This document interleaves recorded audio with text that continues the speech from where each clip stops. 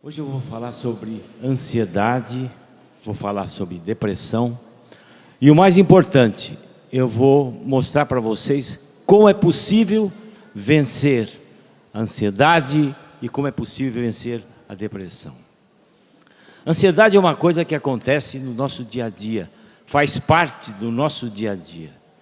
Se a gente não tivesse ansiedade, se a gente não tivesse medo, a gente não estaria vivo agora. Porque é o medo que nos evita. Por exemplo, se você está numa rodovia, numa velocidade extremamente exagerada, alta, você pode ter um acidente e morrer. É o medo de você ter um acidente que faz com que você, às vezes, desvie de um carro, evite ficar numa altura. Isso faz parte da nossa vida. Você quer um exemplo mais claro, mais típico? É o homem da caverna. O homem das cavernas, ele tinha que sair para caçar, para comer.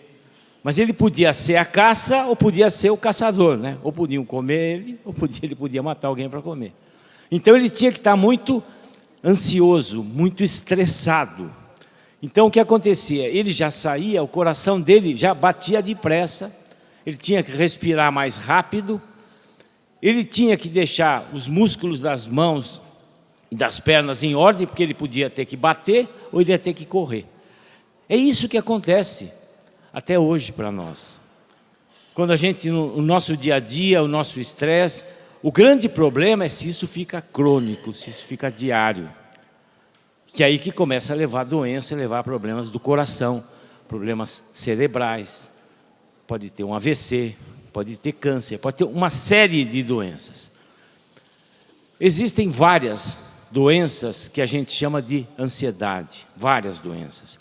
Em primeiro lugar, que eu quero deixar bem claro para todos vocês, e você que me acompanha pelas ondas da TV Canção Nova e que me escuta através da rede AM e da rede FM, da Rádio Canção Nova. Ansiedade, pânico, depressão é doença. É doença, não é frescura. Isso que eu quero deixar muito bem claro, porque tem gente que ainda acha que a pessoa que tem síndrome do pânico está fazendo coisa para aparecer, está fazendo coisa para chamar a atenção. Então, antes de falar sobre as doenças, eu já quero deixar claro para você. Então, se você tem alguém na sua família que tem alguma coisa desse tipo, se tem pânico, se tem depressão, você tem que entender que é uma pessoa que tem uma doença e a doença tem que ser tratada com o médico, com o psicólogo e com a parte espiritual. Então existem vários tipos de ansiedade. Tem gente, por exemplo, que tem fobia social, tem medo de falar em público. É aquele que chega na igreja, quando dão para ele fazer a primeira leitura, o cara morre de medo e não vai ler de jeito nenhum. E dá um nó na garganta e se aperta, chama-se fobia social. Tem aqueles que têm medo de fobias, chama-se específicas, né? Tem medo que tem barata, tem outros que têm medo de borboleta, tem outros que têm medo de assombração. Tudo isso tem uma lógica, tem uma explicação.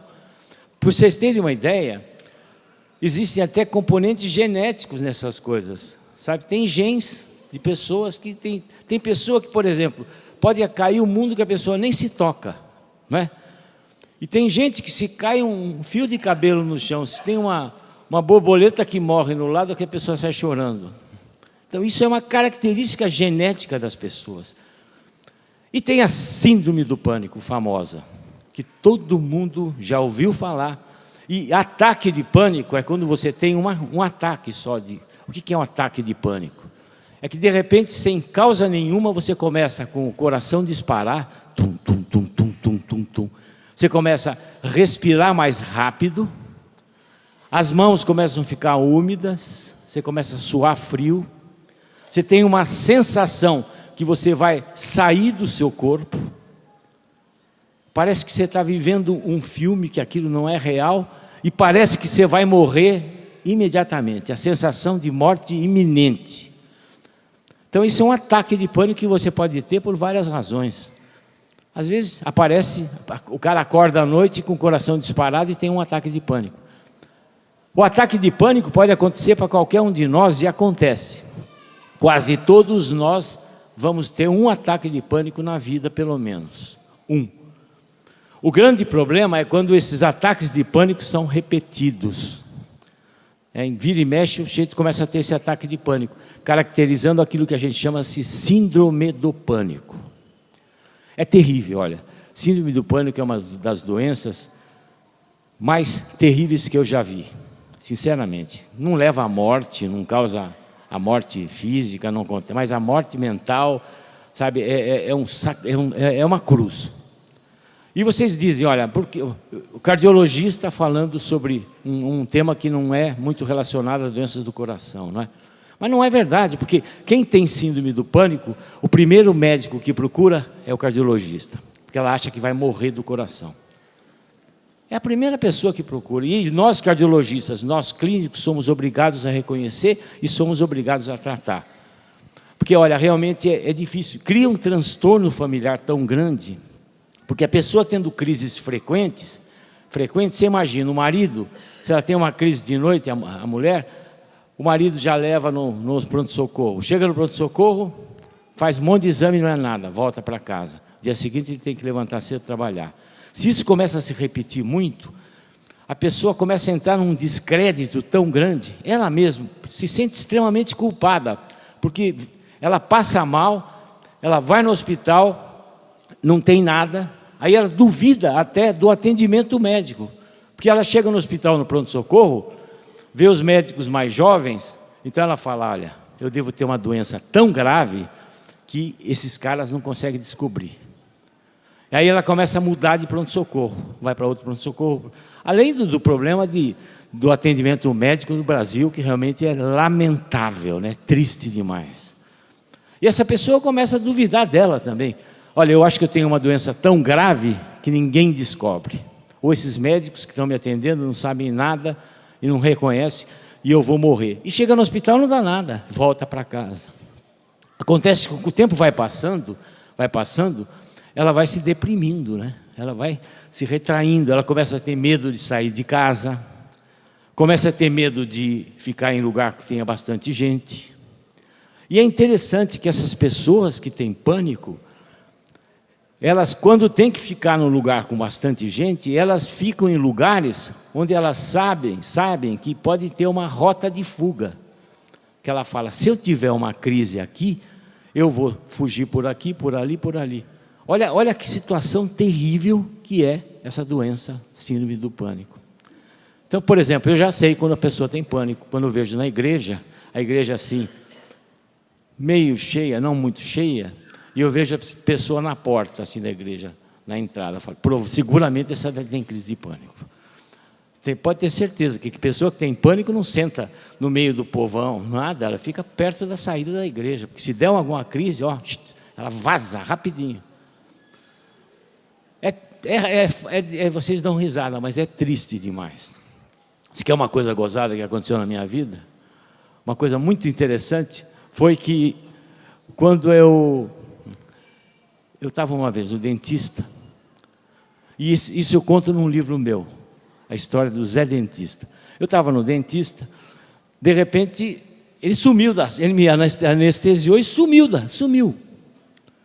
Depois eu falei, bom, vou embora, né? E saí com a boca anestesiada.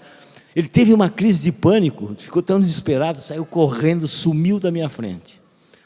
Depois voltei e falei, bom, chamava Zé Dentista. Eu falava, Zé, o que aconteceu? Não, eu tenho síndrome do pânico. E para vocês terem uma ideia, ele ficou 3 meses me atendendo, só me atendia, não atendia mais ninguém. Ele fechou o consultório. E quando ele me atendia de short, chinela havaiana e sem camisa, porque ele não conseguia colocar roupa. Olha que loucura que chega a pessoa, que estado que chega a pessoa. Depois de passado um tempo, o Zé Dentista chega para mim e fala assim, olha, ele chamava, meu nome é Roque Marcos Savioli, né? Ele fala, Marcos, eu louvo a Deus por ter tido a síndrome do pânico. Olha só, louvo a Deus por ter tido a síndrome do pânico. Realmente eu olhei para ele e falei, a Gisela estava comigo. Falei, coitado do Zé, realmente o cara deve estar pirando, né? Mas depois ele percebeu, ele falou para mim, eu louvo a Deus mesmo, porque todas as vezes que eu tinha a síndrome do pânico, eu achava que ia morrer. Eu achava que duraria no máximo 2 horas. Nesse intervalo, eu fazia uma conexão com Deus e revivia todas as coisas ruins que eu tinha feito na minha vida, todos os pecados que eu tinha cometido, e Deus me perdoava por isso. Então olha que coisa, como Deus usa uma coisa ruim para fazer uma coisa boa. Então na verdade o Zé, ele fazia um julgamento final, antes. Olha que coisa interessante, me disse assim: todos os dias que eu acordo, eu vejo, estou vivo, é o primeiro dia da minha vida de novo, porque eu estou zerado com Deus. Olha como é importante, olha como o pânico, nessa situação se torna uma coisa boa. Olha como Deus aproveita, porque Deus não faz doença, não é? Eu acho que não deve ter ninguém aqui que acredita ainda que Deus é responsável por uma doença, né? Aquela história, por que Deus fez isso para mim? Por que Deus fez acontecer o meu filho ter um acidente de automóvel? Deus não aperta acelerador, né? Deus não aperta gatilho, nada. Deus não tem culpa disso. As coisas acontecem por culpa nossa. A doença é reflexo da natureza nossa. Veja bem, a pessoa fica sem tomar remédio para pressão, fumando, de repente tem um acidente vascular cerebral, e vai culpar Deus? A culpa é dela, a culpa é da pessoa, a pessoa que faz errado. Olha, tem uma filósofa do século XIX, que falava sempre assim, olha, Deus sempre perdoa. Os homens, às vezes perdoam, nem sempre perdoam, mas a natureza nunca perdoa. A natureza nunca perdoa, quer dizer, as coisas que a gente faz de errado para o nosso corpo, a gente vai ter que pagar isso aí. Então por isso que é importante a gente manter uma saúde física, uma saúde mental e uma saúde espiritual. Errado você virar só cuidar do seu lado espiritual e esquecer do seu corpo, absolutamente errado. Inclusive você está indo contra o que está escrito na palavra, o que Deus fala. Porque Deus nos deu um corpo e a gente tem que cuidar desse corpo. É um presente que você recebeu, que nós recebemos de Deus. E Deus deu um corpo para a gente cuidar. O nosso corpo é a obra-prima da criação, é o máximo que Deus fez. E você tem a obrigação de cuidar desse corpo. Assim como a gente cuida do espírito, a gente cuida do psiquismo, a gente tem que cuidar do corpo também. Então veja só, eu falando de pânico para vocês, como é difícil. Então se você tem alguém na sua casa, se você convive com alguém com pânico, entenda essa pessoa, entenda. Leve para um auxílio médico, que é importantíssimo, leve para um auxílio psicológico, que é extremamente importante, mas não descuide também do lado espiritual. Não descuide. Você tem que fazer, olha, eu já vi pessoas se curarem realmente com a confissão. Eu já vi gente se curar com a confissão. Claro, tomando medicamento, fazendo terapia, mas o ponto-chave de tudo foi o momento que a pessoa se confessou. E por que tem pânico às vezes? Porque o pânico às vezes é reflexo de estresse muito grande. Estresse. Por exemplo, olha, você quer um exemplo maior? Do lado humano de Jesus. Jesus teve uma crise de pânico no Monte das Oliveiras. Jesus teve uma crise de pânico e suou sangue. Realmente teve. O que ele teve, o que é descrito na palavra é isso. Ele teve uma crise de pânico. Então o pânico é uma situação que é muito mais frequente que a gente está pensando. Hoje em dia, então, por conta dos problemas econômicos, né? Por causa dos problemas sociais, da violência, da insegurança, dessa política nojenta que a gente vê nesse país todo, horrível, né? As pessoas se sentem inseguras, estressadas, e com isso que acontece, pânico. Eu quase todos os dias, eu atendo um paciente com pânico no consultório, quase todos os dias.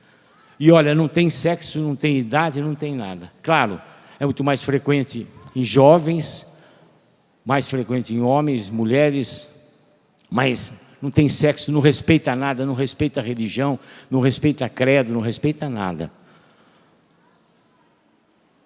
Bom, pânico é isso. E ansiedade? Tem um tipo de ansiedade que eu acho que todo mundo já deve conhecer, chama-se ansiedade depressiva, ou depressão ansiosa. É aquela pessoa que tem aquela coisa de ansiedade, aquela coisa por dentro, aquela agitação toda e não consegue fazer nada.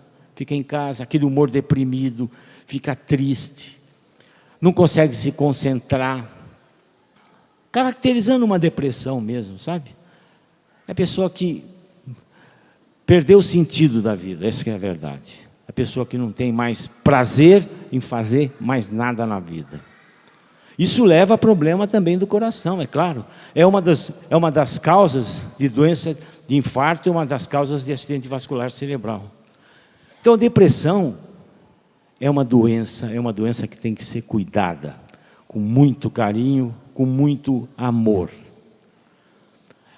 Humor deprimido. Agora, vem cá, é normal a gente ficar triste às vezes, né? Tristeza é uma coisa. Tristeza é uma coisa que passa. Depressão não. Depressão é uma tristeza contínua que vem junto com outras coisas. Como eu falei, perda de concentração. A pessoa não tem vontade de... Ou come muito, ou come pouco. Ou dorme muito, ou dorme pouco. Tem as duas coisas.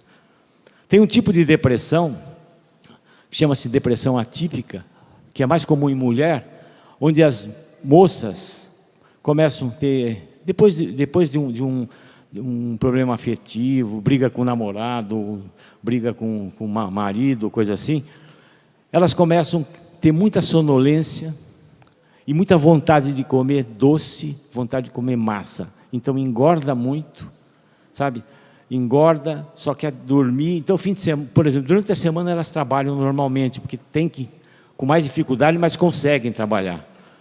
Mas chega no final de semana, dorme praticamente o final de semana inteiro, acordam só para comer doce ou comer massa e pão. E com isso engorda. E com isso aumenta a pressão. E com isso aumenta o colesterol. E aí vem a doença do coração e dos vasos. Então, existem várias situações que podem levar à depressão. Tem gente que tem depressão cronicamente a vida inteira, que nasce com esse gene da depressão. É um gene descrito em 2001, que a pessoa transfere de família para família, esse gene da depressão. Então, depressão não é frescura de ninguém. Depressão é uma doença. Tem famílias de doentes deprimidos. E um dos grandes problemas da depressão é o suicídio que acontece.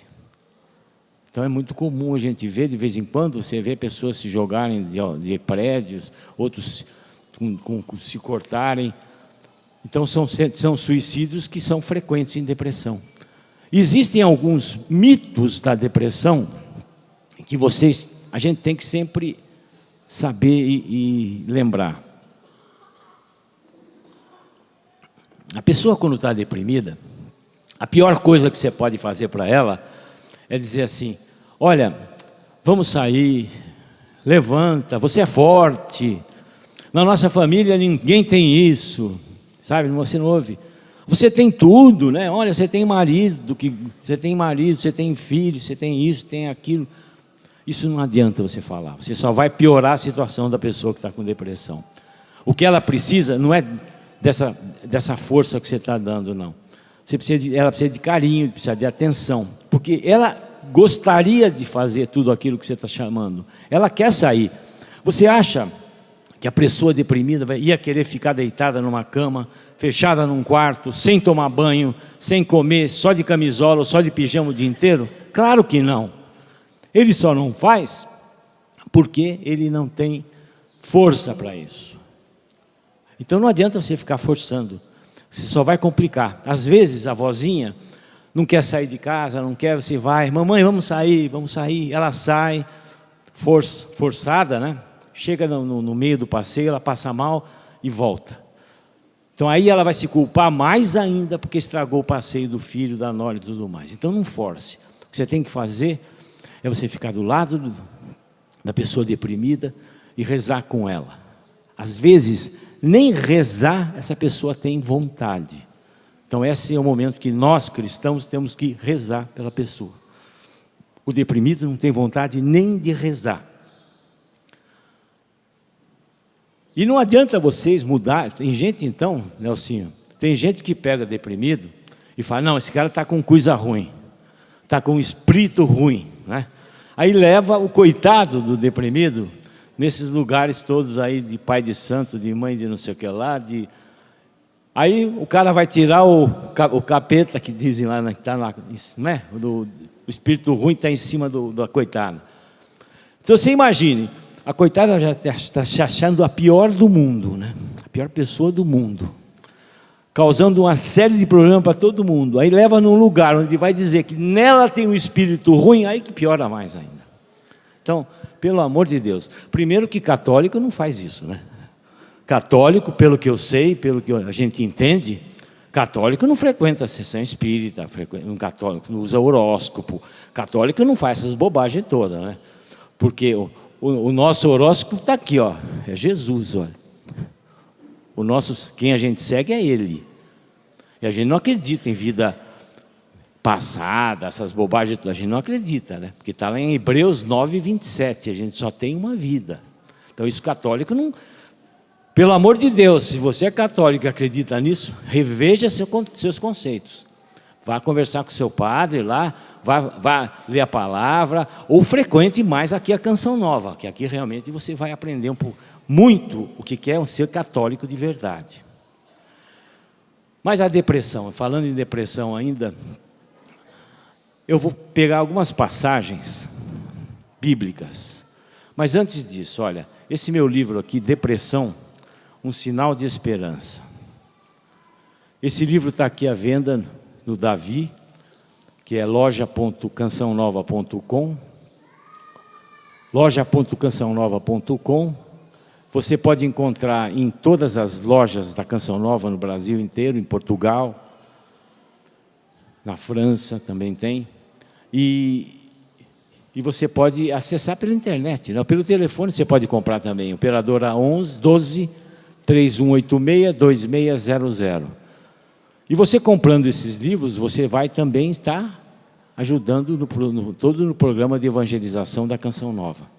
Então, Depressão, um sinal de esperança, que está aqui à disposição. E esse livro você encontra em Portugal. Queria mandar um abraço para os nossos amigos portugueses, que nos acompanham ao vivo, hoje, diretamente através da TV Cabo, né? Vodafone e mais 2 operadoras lá em Portugal. Um abração para o João Luiz, o pessoal todo da comunidade de Canção Nova de Portugal. Mas vocês sabem o primeiro lugar que se falou em medo na Bíblia? Se você abrir a Bíblia sua e abrir em Gênesis 3:8. Gênesis 3:8. Foi naquele dia, naquele momento, quando Adão e Eva se esconderam de Deus em num arbusto, porque eles tinham desobedecido às leis do Senhor. Então, o homem e a sua mulher esconderam-se da face do Senhor Deus no meio das árvores do jardim. Mas o Senhor Deus chamou o homem e disse: onde estás? E ele respondeu: ouvi o barulho dos vossos passos no jardim, tive medo, porque estou nu e ocultei-me. Tive medo. Você vê, o medo como um reflexo do pecado. Às vezes, o medo é um reflexo do pecado. Muitas vezes é reflexo do pecado. E muitas vezes o medo nos paralisa. Você veja só, Adão e Eva, eles foram de uma ingenuidade, de uma idiotice tão grande, que eu não me conformo até agora, sabe? Não me conformo, Nelsinho. Como eu gostaria até de repetir o que o meu querido amigo Padre Léo dizia. Como esses caras foram umas antas de verdade. Porque olha, Deus nos criou a sua imagem e perfeição. Evidentemente que não é esta imagem nossa de agora, não é? Porque a nossa imagem de agora, a gente tem doença, a gente pode pecar, a gente pode fazer um monte de besteira. Deus nos criou a sua imagem e perfeição. Adão e Eva eram a imagem e perfeição de Deus antes do pecado original. Porque ali eles tinham a imunidade divina, eles tinham a capacidade de eternidade.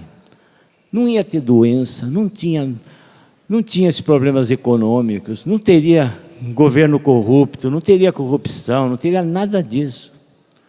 O São Paulo ia ser sempre campeão, né, Nelsinho? Então, quer dizer, não teria problema. Mas, pela besteira, por desobedecerem às ordens de Deus, por pecarem, perdemos toda essa imunidade. Perdemos toda essa imunidade divina. E hoje a gente está sujeito à doença, sujeito ao pecado, sujeito a tudo isso. Então a doença, ela não tem nada a ver com Deus. Eu repito sempre isso, sabe? A doença não tem nada a ver com Deus. A doença é um reflexo da natureza humana. É um reflexo do nosso livre-arbítrio. O livre-arbítrio que Deus deu para Adão e Eva para pecarem, isso que é o responsável por tudo. Deus nos livrou do pecado original quando nós nos batizamos, não é verdade? Só que o reflexo fica, a doença fica, a perda da imunidade divina fica. Então é isso que a gente sofre hoje, por causa disso. E eles tiveram medo. Então o medo na Bíblia é logo no comecinho. Agora, se vocês forem, por exemplo, para Mateus, é uma das passagens que eu acho mais interessantes, uma das passagens que eu mais reflito sempre, está em Mateus 9:2. Mateus 9:2. É aquela cura do paralítico. Jesus tomou de novo a barca, passou o lago e veio para a cidade. Eis que lhe apresentaram um paralítico estendido numa padiola. Jesus, vendo a fé daquela gente, disse ao paralítico: meu filho, coragem, teus pecados te são perdoados. Ouvindo isso, alguns escribas murmuraram entre si: este homem blasfema. Jesus, penetrando-lhes os pensamentos, perguntou-lhes: por que pensais mal em vossos corações? Que é mais fácil dizer: teus pecados te são perdoados, ou levanta-te e anda? Ora, para que saibais que o Filho do Homem tem na terra o poder de perdoar os pecados, levanta-te, disse ele ao paralítico. E preste atenção: toma a tua maca e volta para casa. Toma a tua maca e volta para casa. Levantou-se aquele homem e foi para a sua casa. Vendo isso, a multidão encheu-se de medo e glorificou a Deus por ter dado tal poder aos homens. Então veja só, é muito estranho. Imagine se você, numa cadeira de rodas, que nunca pôde andar por ter uma paralisia nas suas pernas, de repente Jesus chega para você e fala: levanta-te, seu pecado está perdoado, levanta-te e anda. Você levanta da cadeira, dá uns pulinhos. A última coisa que você ia querer levar para sua casa, o que era? A cadeira de rodas, a maca. Não é verdade? A última coisa que eu ia pensar em levar comigo seria a maca. Imagina aquilo que eu fiquei a vida inteira ali, ia me lembrar. Mas, gozado, Jesus falar isso, eu sempre me perguntava, não é possível, tem alguma coisa errada. Será que eu entendi errado? Mas um dia eu entendi. A depressão, o medo, o pânico, às vezes, ele é crônico, isso vem familiar, você traz com você esse gene. Então, quando Jesus fala: olha, você está paralisado pela depressão, você paralisado em casa pela depressão, você é um paralítico ali. Você tem que pedir para algum padioleiro te levar para Jesus, porque você não consegue ir sozinho até Jesus. Aí que vai você, que seus amigos que rezam por você, que levam você até Jesus. Jesus cura você, mas Ele manda você levar a depressão com você, porque você tem ela dentro do seu corpo, tem dentro do seu gene. Então você tem que saber que você tem ela com você, mas você não pode deixar ela te dominar. É praticamente o que aconteceu no horto, nas oliveiras, quando Jesus fala: Pai, afasta de mim esse cálice. Não teve conversa, né? Porque o plano de Deus para Jesus era aquele foi o máximo de Jesus. Nessa hora apareceu um anjo consolador, que consolou Jesus. É a mesma coisa. O paralítico leva a cama para casa, você leva a sua depressão para sua casa, sabe? Mas sempre vai ter um anjo te consolando, evitando que você deixe essa depressão tomar conta de você. E esse anjo te consolando, você tem que ouvi-lo, você tem que entendê-lo. O anjo que aparece na vida da gente não é aquele anjo que vem de asinha batendo daqui, a gente via de criancinha. Não, o anjo pode ser um amigo seu. O anjo pode ser uma pessoa que você encontra na rua qualquer. O anjo, às vezes, pode ser a própria depressão, tá? Às vezes o anjo pode ser até a síndrome do pânico. Porque às vezes você passando por uma situação dessa, você vai ter tempo de perceber as coisas erradas da sua vida. É estranho dizer, né? Às vezes o anjo é a própria doença. Porque às vezes, você deprimido, o que você pensa na sua vida? Você não pensa em nada. Você não tem nada, absolutamente nada com você. Você olha, você não tem amigo, você não tem família, você não tem vontade de tomar banho, você não tem vontade de comer, você não tem vontade de nada. Você só tem você. Só tem você. Então é o momento certo de você olhar para dentro de você e ver onde que você está errando. Quais são as suas metas? De repente você está querendo coisas que são impossíveis. De repente você está querendo que o seu marido seja uma coisa que ele não é para você, que não é para ele. De repente você está querendo que a sua esposa seja uma coisa que não seja ela. Não queira que os outros sejam aquilo que você quer. Isso não adianta. Às vezes você está querendo uma situação material impossível. Olha, eu conheci pessoas que entraram em depressão porque perderam a possibilidade de entrar num automóvel que eles tinham. Era um cara na França, lembra, amor? Um cara na França, um cara milionário, riquíssimo, dono de metade de... Para você ter uma ideia, para na França ter uma empresa com 400 funcionários, você imagina só como é que é o negócio. Ele tinha uma rede de Mercedes-Benz. Então um dia ele gostava de comprar carro esporte, baixinho. Ele tinha mais de 70 anos, 80 anos quase. Aí o dia que ele não conseguiu entrar mais no carro baixinho que ele comprava, o esporte, ele entrou em depressão. E depois teve um câncer de cólon e morreu. Você veja só a falta de Deus como faz nas pessoas. Então esse anjo, às vezes a depressão é um anjo mesmo. Olha, uma vez o Padre Léo falou para mim uma coisa, eu até assustei quando ele falou para mim. Ele falou: Roque, olha, você tem que falar para as pessoas que têm depressão, para saborearem, aquelas que ele falava muito isso, né? Saborear a depressão. Eu falei: Padre, como é que eu vou falar para uma pessoa deprimida para saborear a depressão, né? Ele falou: não, você tem que falar. E depois é verdade. A gente tem que aproveitar esse momento, que não tem jeito, né? Você está deprimido, não tem jeito. Você tem um gene que está com você. Você teve um problema que está com você. Então, aproveite.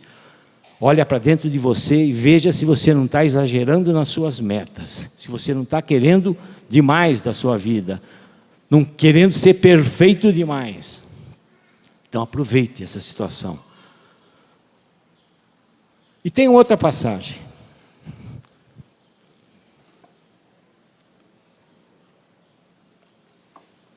Que eu acho também muito bacana, muito legal.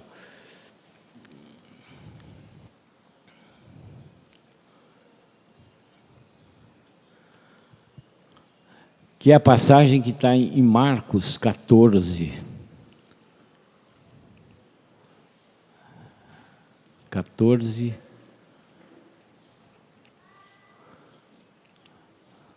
Marcos 14, 22.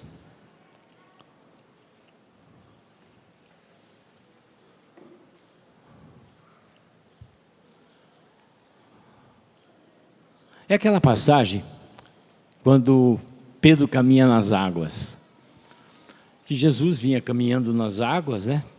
E os apóstolos todos na barca, de repente eles viram alguém caminhando sobre as águas. Eles entraram em terror, em pavor. Ficaram apavorados quando viram. Chamaram Jesus de fantasma. Olha, é um fantasma. Estão vendo um fantasma. Aí Jesus fala, não temais. E ele manda Pedro vir a ele andando sobre as águas. Pedro olha para Jesus e começa a andar nas águas. De repente, o vento bate mais forte, balança Pedro, Pedro olha para baixo e afunda. Aí Jesus pega na mão dele e fala, homem de pouca fé, e tira ele da água.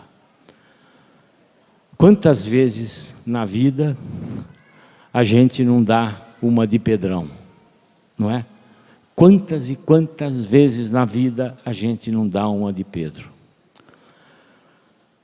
Quando a gente está olhando para Jesus, a gente anda em cima da água tranquilamente. Mas você vê um vento qualquer da vida, uma tribulação qualquer da vida, nos faz olhar para o nosso umbigo, olhar para a gente mesmo e a gente afunda. Mas Jesus sempre vai nos pegar pela mão e vai tirar a gente da água, do fundo da água. Então isso é uma das formas de a gente vencer o medo, é você olhar para Jesus. E dizer para Jesus, Jesus, eu tenho medo. Jesus, eu tenho pânico. Jesus, eu entrego esse medo para você. Eu sei que eu tenho medo. E uma das coisas que a gente usa, não como talismã, não para afastar, não, é o crucifixo.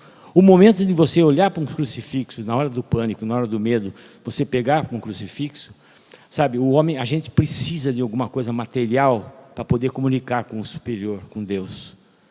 Então você pegando num crucifixo, numa imagem de Nossa Senhora Aparecida, como eu faço, ou pegar no terço, sabe, isso é uma coisa que o nosso inconsciente fica mais aberto à ação de Deus. Então eu entrego para Ti, Senhor, o meu medo.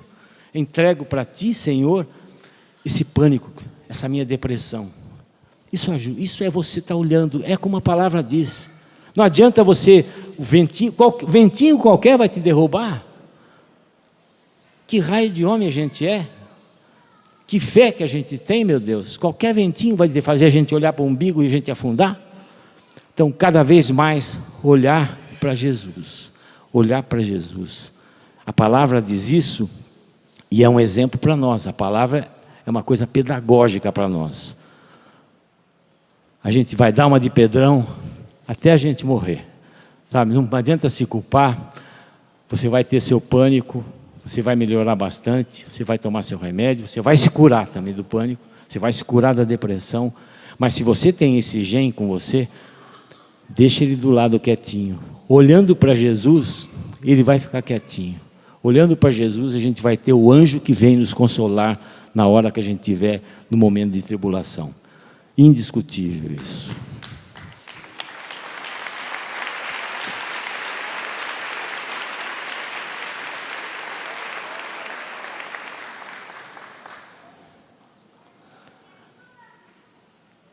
Mas eu falei para vocês que Jesus teve uma crise de pânico no Monte das Oliveiras.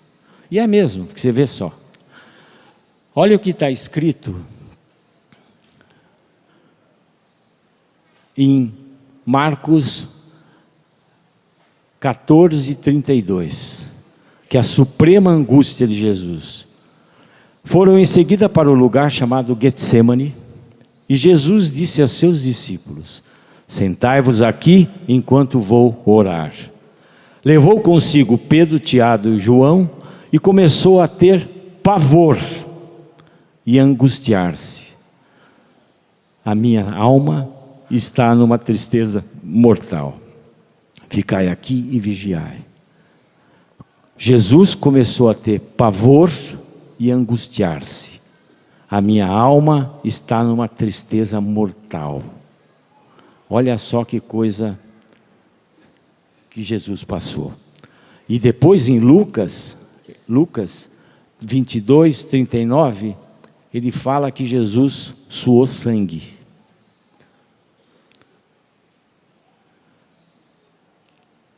Lucas 22, 44. Ele entrou em agonia e orava com mais instância, e seu suor tornou-se como gotas de sangue a escorrer pela terra. Esse foi o momento de extrema ansiedade e pavor de Jesus, pois ele, sabendo do sofrimento que ele ia passar, então veja bem, a diferença de Jesus era humano como nós, mas ele sabia o que iria passar pela frente. Então ele ficou algumas horas no Monte Getsemane, no Monte das Oliveiras, algumas horas, orando e rezando. E diz o momento que ele se prostra no chão, porque normalmente os judeus eles rezavam já ajoelhados, mas de repente tem um momento da palavra que ele cai, que ele prostra no chão. Porque você imagina, ele fica em crise de pânico mesmo, suando, o coração de Jesus disparando, suando bastante, suando sangue. A pressão de Jesus seguramente deve ter caído bastante, a ponto que ele caiu no chão. Então todo o sistema nervoso simpático dele estava em ação, porque nós temos dois tipos de sistema nervoso. O sistema nervoso que a gente comanda, que é das mãos, dos pés, que é o voluntário, e o involuntário, que comanda os órgãos, que é o coração, pulmão, faz a gente ir no banheiro, essas coisas todas.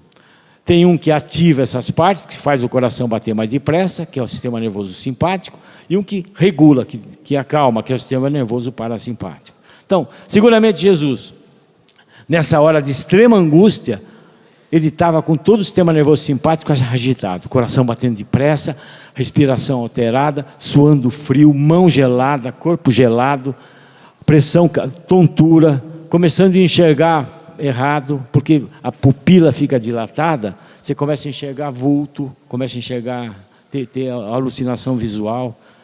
Isso tudo por conta da crise do pânico, que seguramente ele teve. Depois ele até se prostrou, mas nisso apareceu o anjo consolador, né?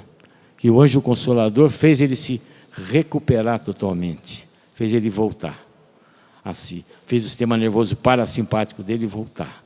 Então ele teve esse sangramento, e esse sangramento é uma coisa que se encontra em medicina. Numa situação de muito estresse máximo, as pessoas podem suar sangue também. Você veja o que Jesus passou. Olha o estresse físico dele e o estresse psicológico. Físico por quê? Porque ele ficou suando, perdendo volume, pressão caiu, perdendo sangue também. Quer dizer, ele estava com a volemia dele baixa, com a parte de sangue dele baixa. Psicológico porque ele sabia que os amigos que ele tanto amava, que tanto adorava, o amigo, aliás, o amigo que ele mais amava estava dormindo lá embaixo. Enquanto ele estava suando o sangue em cima, os amigos dele estavam dormindo lá embaixo. Terceiro, ele sabia o que ele ia passar pela frente. Você imagina como esse homem era um homem tão forte como Jesus. Eu sempre acho que Jesus devia ter uma saúde espetacular. Primeiro que ele andava barbaridade, né? Andava bastante, devia ter uma composição física realmente espetacular. Segundo, que um sujeito que não comia só a coisa certa, né? Depois a doutora vai falar, né, da alimentação de Jesus até, né? Que comia as coisas certas. Lá não tinha salgadinho naquela época, né? Não tinha Coca-Cola, né? Não é verdade? Não tinha Beer Night. Não, devia ter, né? Assim, Beer Night devia ter, né? Hã? Tinha vinho, né? Vinho é uma coisa que faz bem, em doses pequenas, tá? Vinho que se comprova hoje em medicina, que é o vinho tinto seco, que tem resveratrol, em doses de 100 ml por dia, para pessoas que não têm diabetes, para pessoa que não é ex-alcoólatra, tem uma ação protetora sobre o sistema cardiovascular. Então, uma dose pequena de vinho tinto seco, que tem resveratrol. Então, Jesus tinha uma saúde de ferro. Então, depois de tudo que ele passou no Monte das Oliveiras, ele ainda sofreu tudo aquilo na crucifixão. Você veja que coisa impressionante a saúde que Jesus tinha. Mas ele era verdadeiro Deus e verdadeiro homem. Isso que é importante a gente sempre saber.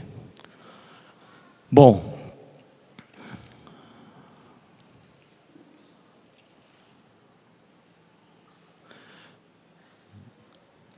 Mas então agora vamos falar um pouquinho de como a gente vai vencer a depressão e como a gente vai vencer o estresse, como é que a gente vai vencer a ansiedade. Primeira coisa, vocês têm que tomar, se tem que tomar remédio, tomem remédio. Essa mania que o povo tem de ficar com reticência com relação a tomar medicação, isso é uma coisa anticristã. Isso está errado, é anticristão. Ah, não toma o remédio, por quê? Porque você tem a soberba. É soberba, eu acho que o demônio, o encardido, aproveita isso. Fala, não toma remédio não, você vai ficar dependendo daquela pílulazinha a vida inteira. Isso é coisa do encardido, porque se você abrir a sua palavra em Eclesiástico 38, está escrito lá, o homem prudente não despreza medicamentos. Eu vou até ler uma parte desse Eclesiástico, para vocês ficarem bem, para ver que eu não estou falando sozinho. Eclesiástico 38. 38:9. Meu filho, se estiveres doente, não te descuides de ti, mas ora ao Senhor que te curará. Então, se está doente, a primeira coisa que você tem que fazer é não se descuidar, quer dizer, não deixar a coisa rolar. Primeira coisa, ora ao Senhor, reza para Deus, que Ele vai te curar, vai te orientar. Vai te curar de que forma? Afasta-te do pecado, reergue as mãos e purifica teu coração de todo o pecado. Oferece um incenso suave, quer dizer, faz uma oração. Em seguida, dá lugar ao médico, pois ele foi criado por Deus, que ele não te deixe, pois a sua arte te é necessária. Então, primeira coisa, rezar, oferecer a Deus alguma coisa, em seguida dá lugar ao médico. E aqui em cima, um pouquinho para cima, ele fala assim, o homem prudente, o Senhor fez a terra produzir os medicamentos, o homem insensato não os despreza.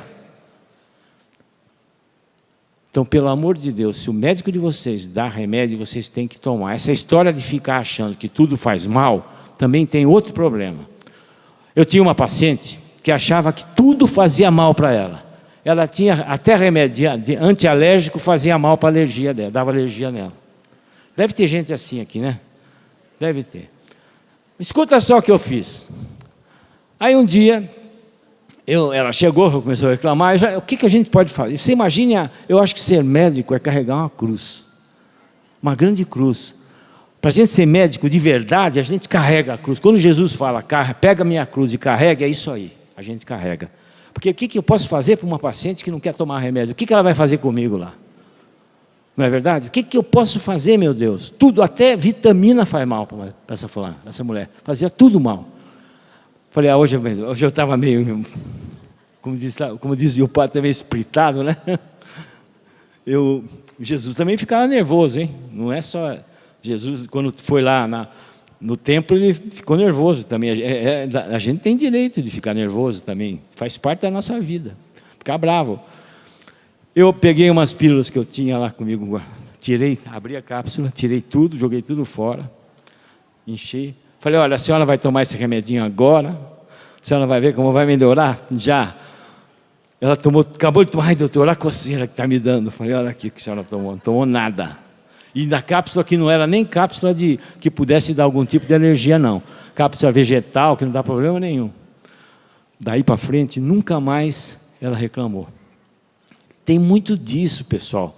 Às vezes, as pessoas só de ler a bula, já começam a sentir o que tem efeito do remédio. Isso limita muito a gente, os médicos. Então, vocês precisam ajudar o médico também. Olha, você quer um negócio difícil? É a gente tratar a depressão.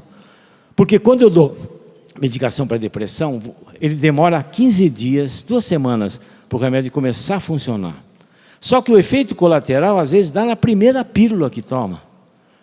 E a gente tem que explicar. Agora, é claro, o médico tem que explicar para o paciente. Olha, o senhor vai tomar isso aqui, olha, vai lhe dar um pouco de tontura, pode lhe dar um pouco de dor de estômago, mas vamos insistir pelo menos 2, 3 dias antes da gente já abolir esse tipo de coisa. Acontece que as pessoas tomam o remédio, já começa, e às vezes o próprio sintoma não é do medicamento, é da depressão, é da doença que ela está. É que é mais fácil atribuir a um terceiro a sua sintomatologia do que achar que você mesmo que está com aquilo, né? Então ajudem os seus médicos, não fiquem fazendo, sabe, parando de tomar logo o remédio. Olha, eu já vi gente ter AVC, sabe o que é AVC? Derrame cerebral, por conta de uma soberba, por conta do encardido entrar na conversa da pessoa. Eu já tive um paciente que eu fiquei mais de 6 meses, olha, mais de 6 meses, demorei para deixar ele em ordem do ponto de vista do coração. Ele tinha falta de ar, andava um pouquinho, cansava, a perna inchava. Eu demorei 6 meses para acertar a dose de remédio, porque você dá um pouquinho de diurético, ele urina, começa a ter cãibra, você dá mais diurético, começa a dar problema renal, sabe? Então você dá outro coração batido, então você demora às vezes. A gente tem que ficar, eu faço isso com meus pacientes, que pelo WhatsApp a gente vai acertando, sabe? Aqueles que têm smartphone, né? A gente vai acertando as doses, vai arrumando toda hora. Mas aí um dia ele me apareceu, 6 meses, aí um dia ele sumiu do consultório, apareceu no consultório inchado de novo, barriga grande. Falei, o que aconteceu? Eu fui olha, ele falou para mim, fui num grupo de oração, e estava tendo uma oração de cura, e o coordenador falou, tome posse da bênção, Jesus está curando vocês. Ele falou, eu tomei posse da bênção e parei de tomar os remédios. Só podia ser uma anta, né? Eu falei, não pode ser uma anta. Que Jesus cura através do remédio. Jesus cura através do médico. Milagres acontecem. Olha, para falar tem milagres, eu tenho meu livro aqui, eu tenho 12 casos de curas milagrosas. Milagres que a medicina não contou. Esse livro já tem 17 anos. 17 anos, né? E agora tem com o prefácio do padre Fábio de Mello. Tem curas milagrosas. Eu acredito que realmente Deus use e interfira na natureza operando milagres. Mas isso não é o comum, Deus não faz sempre isso. Deus usa os instrumentos dele, o médico é instrumento dele, o psicólogo é instrumento de Deus, o fisioterapeuta, o nutricionista, então o profissional de saúde é um instrumento de Deus. Então você não pode deixar de tomar medicação. Você tem que ajudar o seu médico. Porque é difícil, né? Realmente é difícil. E AVC, a hipertensão, então, a pessoa deixa de tomar remédio da pressão porque não sente nada. Não sinto nada, por que eu vou tomar remédio?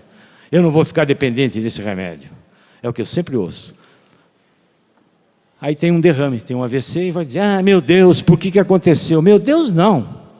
Ela que fez aquilo, né? Então ajudem os seus médicos. Olha, é uma cruz, neste país ser médico é uma cruz de verdade. Eu sempre agradeço a Deus de eu ter podido ser médico. Repetindo aquilo que o padre Léo, naquele livro dele, Médico, graças a Deus. Médico, graças a Deus eu sou médico. Aqui no Brasil, ser médico é uma cruz, é um motivo de santificação realmente. Você vê a situação do povo, como eu vejo, eu atendo pacientes do SUS, lá no Hospital das Clínicas, eu vejo pacientes chegarem, velhinhos, sem acompanhante, sem nada, sem remédio, sem absolutamente nada, você pede exame, não tem como fazer, isso é uma cruz, para nós é uma cruz. Então ajudem seus médicos, sabe? Não critique, não fique falando mal não, que a gente sofre muito para atender, sabe? É o que a gente tem que cobrar, é do governo, cobrar dessa corrupção toda que está acontecendo e pedir a Deus que realmente bote na cabeça desses governantes nossos que um dia a gente vai ter que passar pelo julgamento final. E do lado de cá vai estar Deus e do lado de lá vai estar o encardido. E aí a coisa vai pegar, né?